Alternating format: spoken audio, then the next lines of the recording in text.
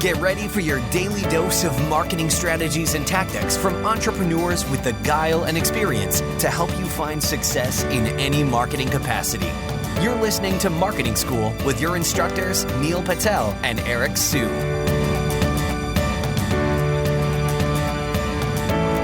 All right, everybody, it's time for another episode of Marketing School. Hope you're ready. I'm your host, Eric Siu. And I'm Neil Patel. And today we're going to talk about, is it worth it to actually attend marketing events? Neil, what are your thoughts? So funny enough, right before this, Eric was actually talking to me and he's like, dude, you actually haven't attended a ton of marketing events. And he's right. I don't attend a lot in the US. I attend majority of them, I would say, is international. Like I just got back from Berlin.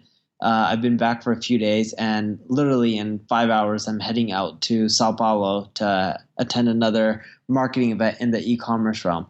But I think it's worth it due to the fact that you got to meet a lot of people, you got to learn a ton of new information.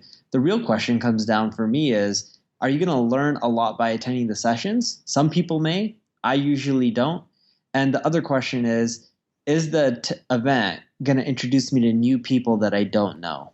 Yeah. And I think that's just to piggyback on that, when I was I remember when I was speaking at this e-commerce conference a couple months ago, the one thing I look at when I attend any of these types of, marketing conferences is, how do I maximize the value from this? Because basically I'm packing up everything, I'm stopping everything that I'm doing, and I'm going across the country to plop down here for a couple of days. So my thing is always, when I go to these conferences, and this applies to any conferences out there, is to try to set up a few dinners with people, preferably the speakers. So that's exactly what I did in this case. I set up some breakfast, I set up some dinners with all these people, and a few of them were power players. So I just, got together with them, and here's the thing, when you invite them out, you should be paying for dinner or whatever it is exactly. Just organize these things and, start to build a personal relationship with these people. And, worst case scenario, you're going to build a relationship with some of these people, and the sessions are going to be a hit or miss. Sometimes you get something, sometimes you won't. But it's really the people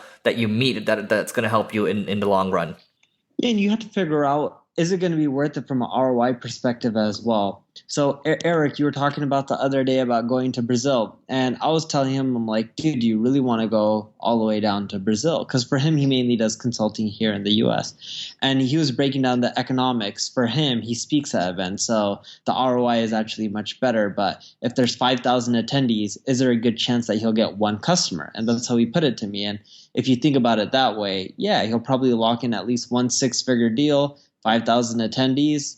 That's not too bad for something that'll take a few $1,000s from him. And how many days of your time? 3 days? I'm there for 3 days, and they're covering expense. Let's see, they're only covering the hotel, so I have to cover the flight for this one. Yeah, that's not too bad at all. But yeah, if you're going to attend events, I think the networking is great. The big mistake that most people make when they go to marketing events is they don't have a value proposition. So when you're networking, you're going to all the after parties or the cocktail hours or whatever you want to end up calling it, people will say, hey, my name is Bob. And when they say their name is Bob and they tell you what they do, you have to introduce yourself. The question is, what do you say? So I would say, hey, my name is Neil. And when I first started off, I would just be like, hey, my name's Neil. I also do marketing stuff. It's not really appealing. That's not going to want to make anyone work with me, do business, trade secrets, or whatever it may be. You have to come up with a really good one-liner, one sentence, not too long, that explains what you do and hopefully is attractive enough where people either A, want to get to know you more, or even better yet, B, want to work with you. And Neil, what would your one-liner be? So I haven't done it in ages, and funny enough, I was actually just thinking, I'm like, what the heck was a one-liner that I used to use? But it was something related to, hey, my name's Neil. I'm a serial entrepreneur. I've created companies like Crazy Egg, Kissmetrics, etc. that help, small businesses generate more sales from their current traffic. That's a shitty one-liner, but it was something revolved around there, and it was more fine-tuned. Right.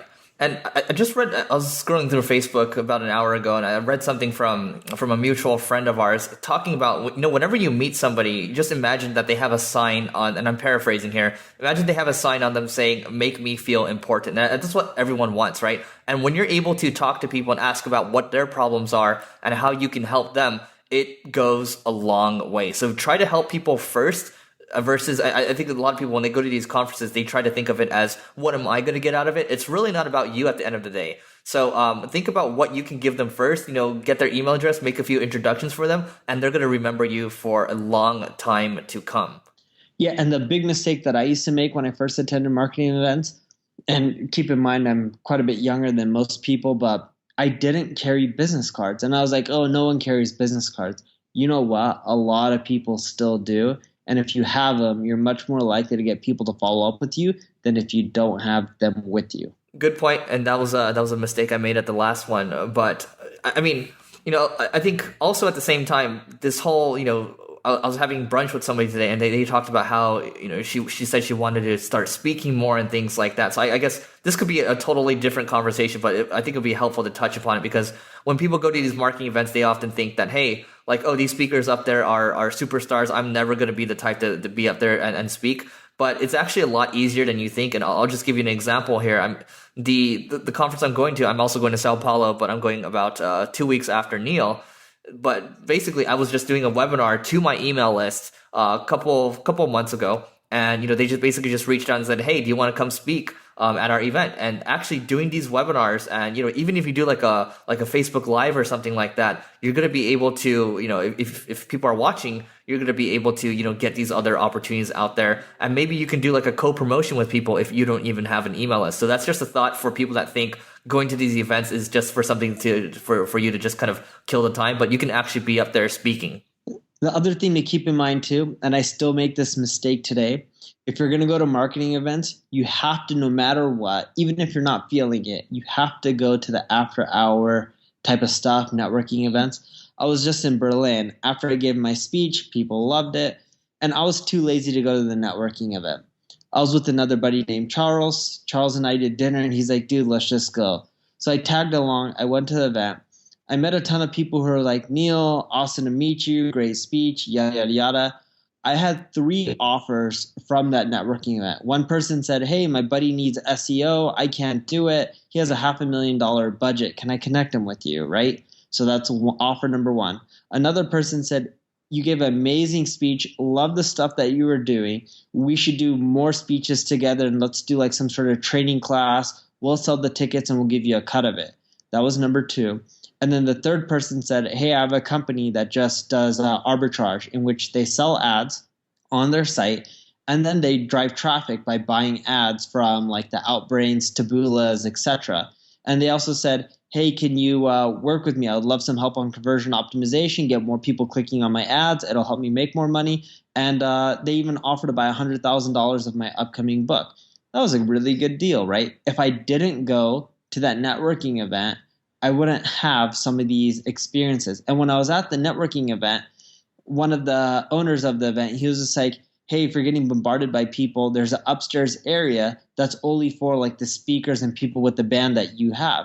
And I was like, nah, people came here, they paid to attend the event. The least I can do is network with them. If I didn't do that, I would have also never got those opportunities. So how often do you go to these after party things? Because I mean, for me, if it's like a multi-day event, I remember last time I skimped out on one of them and I totally regretted it. So I rarely go to them. I get lazy. Like I'm going to Sao Paulo, and it was funny. My guys, I have a team in Sao Paulo, and they were telling me, Neil, you have to go to the other events, because they know I'm not going to go to the conference, right? I'll go for my speech. I'm in and out.